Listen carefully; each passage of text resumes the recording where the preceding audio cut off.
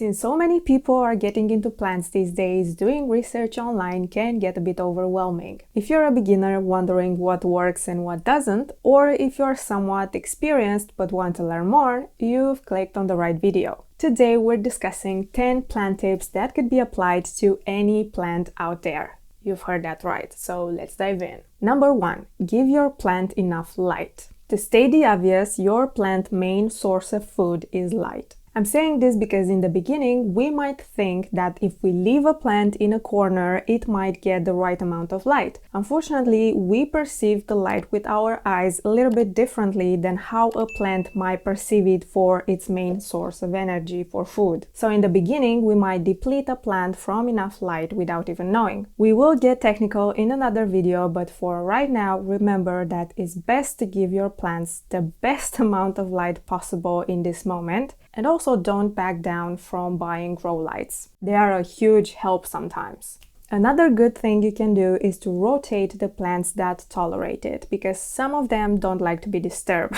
I'm looking at you, Ficus benjamina. By rotating a plant, you will provide the right amount of light for all the leaves. So don't ignore the back leaves, let them photosynthesize as well. Number 2, always check the soil before watering. The number one reason a plant dies is from overwatering, so that's why I encourage you to wait between waterings and also learn about your plant's needs. To make sure you water your plants correctly, you could use the old trick with the index finger. So dip your finger in the soil until it's completely in and just feel the substrate. You could tell if it's humid or not. So if the finger comes out as dirty, you just need to wait a bit more. And if it's clean, if it's just dusty, you could water your plant. If you just got your nails done, another way to check the soil is with chopsticks. Same story, take a clean chopstick, dip it in the soil until it reaches the bottom of the pot, take it out. If it's dirty, you don't need to water,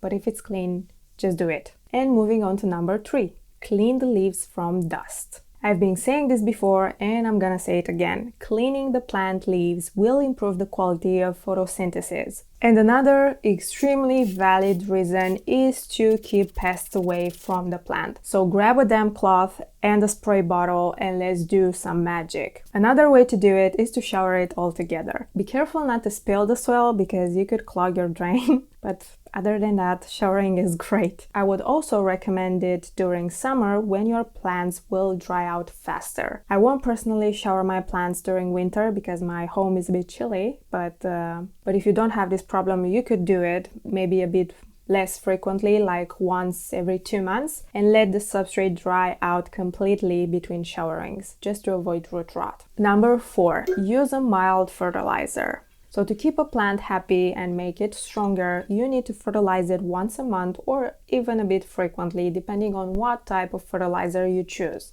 If you don't know where to start, you could use first some all-purpose liquid fertilizer and then research what is NPK. And what types of plants do you mostly have? Do you have foliage plants? Do you have flowering plants? Do you have succulents and cacti and stuff like that? Because for each and every type of these plants, you will need different NPKs. And speaking of fertilizer, I won't recommend the homemade ones like eggshells or banana water or milk. I might get some different comments on this, but I don't find them that efficient and a lot of them will cause fungus gnats to spread like crazy.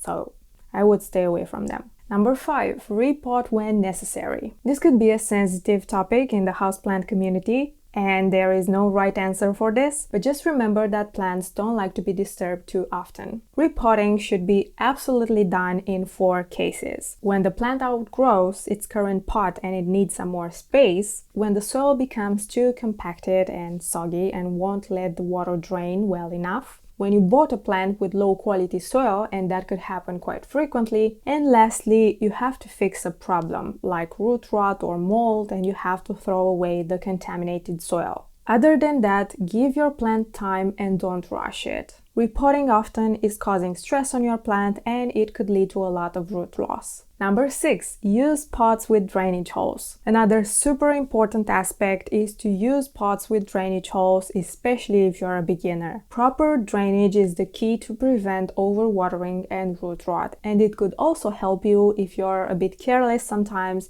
and you add a bit more water than it's needed. So always use pots with drainage holes to allow excess water to escape. If you have pretty planters without drainage, use them as support for the existing pot or get creative with your power drill.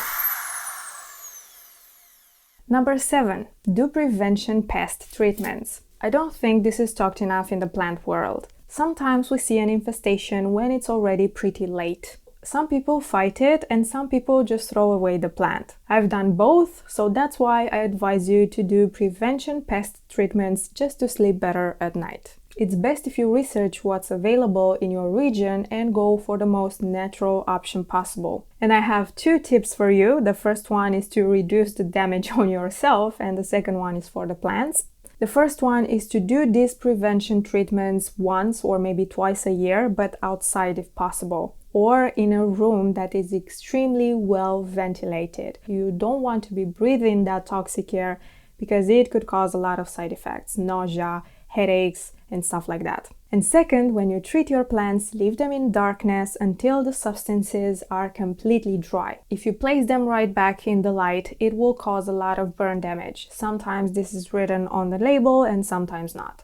Number 8. Don't be afraid to cut your plants. It took me quite some time to cut my plants, but once I've done it, I never looked back. Pruning is essential for maintaining plants healthy and give them a pretty shape as well. Take cuttings to experiment with propagation. Once you start, it could become a very fun hobby. You can take cuttings, grow them, place them right back into the pot, and make a bushier plant. You can save a leggy plant by cutting it and encouraging new growth, or simply prune your plant to give away cuttings to your friends or participate in plant swaps. A lot of possibilities out there. Remember to always use sterilized and sharp tools and make a clean cut. Depending on the plant, you will need nodes or just leaf to propagate and grow new plants. So if you haven't done it already, take your scissors and start cutting. Number 9. Don't let your pets eat your plants. It's true that some plants are labeled pet-friendly and theoretically they are safe. However, I would still keep these plants out of reach just as a precaution. Think about it this way. Let's say one time your pet chewed on a non-toxic plant and nothing serious happened. Now, if this becomes a habit, next time your pet could try reaching for a toxic plant. Or maybe you just got careless one time and didn't pay attention to your pet, and now the best case scenario is to pay a vet bill. So I'm not saying there are not pet-friendly plants out there. I'm saying to distract your pet's attention from plants altogether, just to avoid unnecessary stress and some digestive problems. And lastly, number 10, let your plant adjust to their new home. From my experience, it's best if you just bought a plant to let it adjust and acclimate to its new home, unless you buy a problematic plant and you need to treat it. But if it's a healthy plant, just let it be.